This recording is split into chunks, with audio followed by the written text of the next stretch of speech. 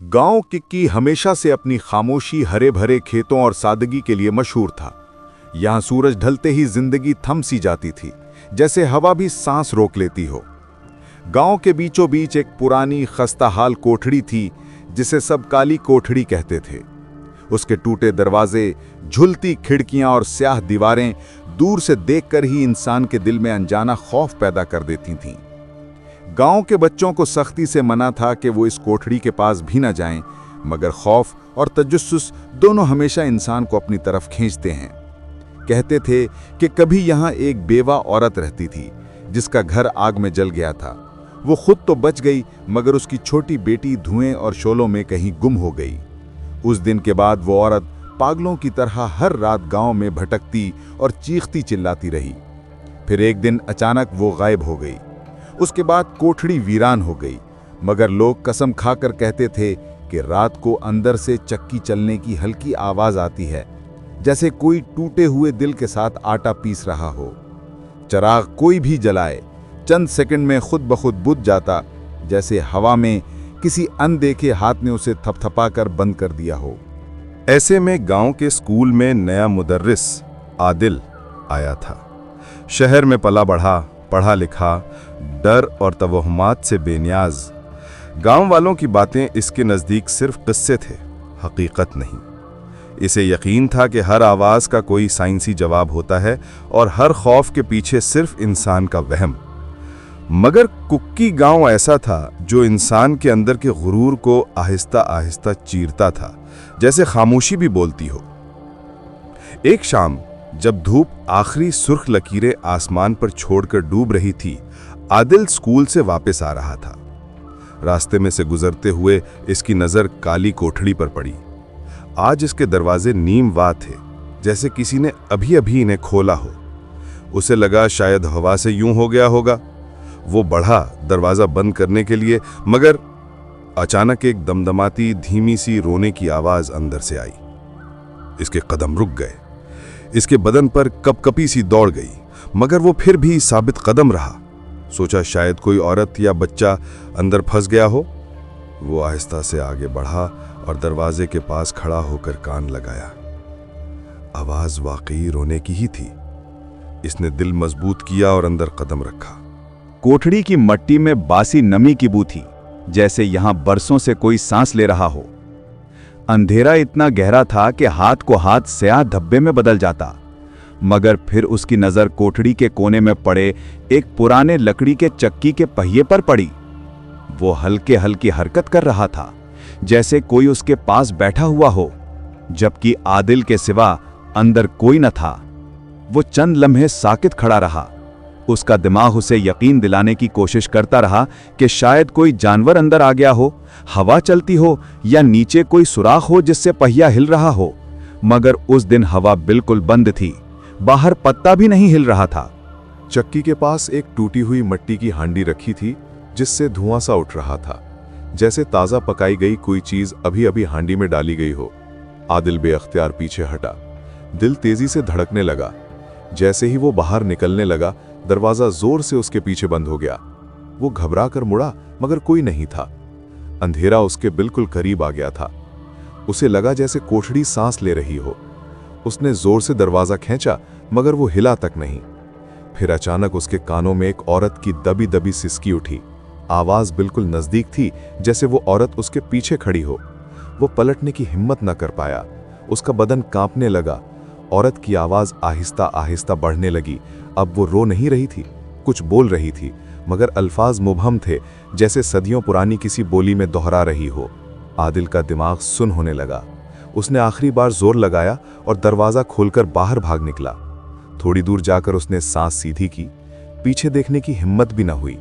उसे यकीन था कि अगर वो पलटा तो शायद वो औरत सामने खड़ी होगी। रात भर वो सो न सका। वो समझता जा रहा था कि उसकी अक्ल धोखा नहीं दे सकती। वहम इतने सच महसूस नहीं होते कि आवाजें सुनी जाने लगें। अगले दिन उसने गांव के बुजुर्ग बख्तियार चाचा से पूछा। वो सुस्त कदमों से चलते, सफेद दाढ़ी वाले, कम गो इंसान थे। आदिल ने पूछा कि उस कोठड़ी में असल में हुआ क्या था, चक्की क्यों चलती है, औरत कौन थी, हांडी में धुआं क्यों उठ रहा होता है। बख्तियार चाचा ने लंबी सांस भरी और कहा कि आदिल को ये कहानी नहीं सुननी चाहिए, मगर अगर वो सच जानने पर इसरार करता है तो फिर वो सुनाएगा। उन्होंने बताया कि 50 साल पहले उस गांव में सुरैया नामी एक औरत रहती थी। उसका शौहर सफर पर रहते रहते गायब हो गया। कुछ लोग कहते हैं वो किसी और औरत के साथ भाग गया था, कुछ कहते हैं वो डाकुओं के हाथ मारा गया। सुरैया अपनी छोटी बेटी लैला के साथ उसी कोठड़ी में रहती थी। एक रात कोठड़ी में आग लग गई। लोग दौड़े, मगर जब तक दरवाजा टूटता पीछे सिर्फ राख बची थी।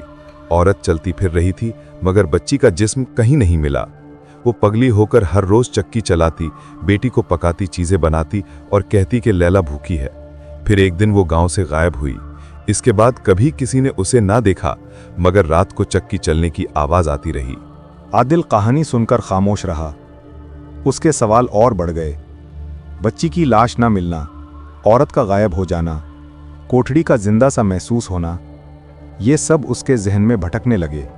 उसने फैसला किया कि वो एक बार फिर उस कोठड़ी में जाएगा, मगर इस बार दिन के वक्त। अगली सुबह वो कोठड़ी के पास पहुंचा। धूप तेज थी, मगर अंदर फिर भी नीम अंधेरा सा फैला हुआ था। वो एहतियात से अंदर दाखिल हुआ। सब कुछ खामोश था। चक्की साकित खड़ी थी, हांडी खाली थी, मगर उसकी तह में जलने के निशान थे। वो झुका और देखा कि चक्की के नीचे मिट्टी में कोई छोटा सा लकड़ी का खिलौना पड़ा था, एक बुढ़िया का हाथ। आदिल के दिल पर अजीब सा बोझ उतर गया। उसे लगा जैसे ये लैला की खोई हुई गुड़िया का टुकड़ा हो। उसने उसे उठाया तो अचानक पीछे से सर्द हवा का झोंका लगा, जबकि दरवाज़ा पूरा बंद था। उसे लगा जैसे किसी छोटी बच्ची ने उसके हाथ पर फूंक मारी हो। वो घबराकर बाहर निकल आया। अगले दिन अजीब बात हुई। गांव की एक बूढ़ी औरत अम्मा हफीका आदिल के पास आईं। उन्होंने कहा कि उन्हें ख्वाब में सुरैया दिखाई दी है। वो कह रही थी कि उसकी बेटी अब भी उस कोठड़ी में है। उसकी रूह को सुकून नहीं मिला। वो चाहती है कि उसकी बच्ची को उसकी गुड़िया मिल जाए, तभी दोनों आज़ाद होंगी। आदिल ने लरसते हुए वो गुड़िया का हाथ अम्मा को दिखाया। वो रोने लगीं। उन्होंने कहा कि गुड़िया पूरी होनी चाहिए, उसका बाकी हिस्सा भी वहीं कहीं छुपा होगा। उस दिन आदिल ने फैसला किया कि वो आखिरी बार कोठड़ी में जाएगा। रात का वक्त था, पूरा गांव सो चुका था। चांद आसमान में हल्के साए फेंक रहा था। वो हाथ में लालटेन लेकर कोठड़ी के पास पहुंचा। उसने लालटेन जलाई, मगर जैसे ही दहलीज पार की, लालटेन बुझ गई। इस बार वो डरा नहीं। उसने दीवारों पर हाथ फेरते हुए अंदर आगे बढ़ा। अचानक उसके पांव को कोई छोटी चीज लगी। वो झुका। मिट्टी के अंदर एक फटी हुई पुरानी गुड़िया दबी थी, लैला की गुड़िया। वो उसे उठाने ही वाला था कि अचानक किसी बच्ची की हल्की सी हंसी सुनाई दी। वो ठिठक गया। उस हंसी के फौरन बाद औरत की सिसकियों की आवाज गूंजी। आदिल का दिल धक से रह गया। चक्की ने खुद ब खुद चलना शुरू कर दिया। हांडी से धुआं उठने लगा। पुरानी दीवारों पर किसी के कदमों के निशान उभरने लगे, जैसे कोई नंगे पांव चल रहा हो। आदिल ने हिम्मत करके गुड़िया उठाई और बुलंद आवाज में कहा कि वो गुड़िया लैला को वापस कर रहा है। जैसे ही उसने ये कहा, चक्की रुक गई, धुआं थम गया और पहली बार कोठड़ी की दीवारें हल्की सी रोशनी से जगमगा उठीं। आदिल ने महसूस किया कि उसके पास से हल्की सी हवा गुजरी, बिल्कुल ऐसे जैसे कोई छोटी बच्ची भागती हुई निकल गई हो। उसी के पीछे किसी औरत के कदमों की चाप सुनाई दी। दोनों चापें आहिस्ता आहिस्ता दूर होती गईं, यहां तक कि कोठड़ी बिल्कुल खामोश हो गई। सुबह जब आदिल बाहर निकला तो दरवाजा खुला था। रोशनी अंदर पूरी तरह दाखिल हो रही थी। कोठड़ी अब अंधेरी नहीं लग रही थी। चक्की के पहिए थमे हुए थे। गांव वालों ने देखा कि उस दिन के बाद रात को कभी चक्की की आवाज ना आई, न हांडी से धुआं उठा, न कोई सिसकी, न रोने की आवाज। गांव वाले समझ गए कि शायद मां बेटी की रूहों को आखिरकार सुकून मिल गया। और आदिल, वो जानता था कि कुछ राज इंसान सिर्फ अक्ल से नहीं समझ सकता, कुछ कहानियां सिर्फ दिल से महसूस होती हैं। उस दिन से काली कोठड़ी की स्याही जैसे धुल गई थी। अब बच्चे भी उसके पास खेलते थे और वहां डर का साया कभी दोबारा ना आया। आदिल ने वो गुड़िया कोठड़ी में एक सादा सी कब्र के पास रख दी, जैसे वो किसी अधूरी मोहब्बत को मुकम्मल कर रहा हो। गांव ने पहली बार उस कोठड़ी का दरवाजा खोलकर रखा और यूं कक्की गांव में बरसों पुरानी एक अधूरी कहानी मुकम्मल हुई।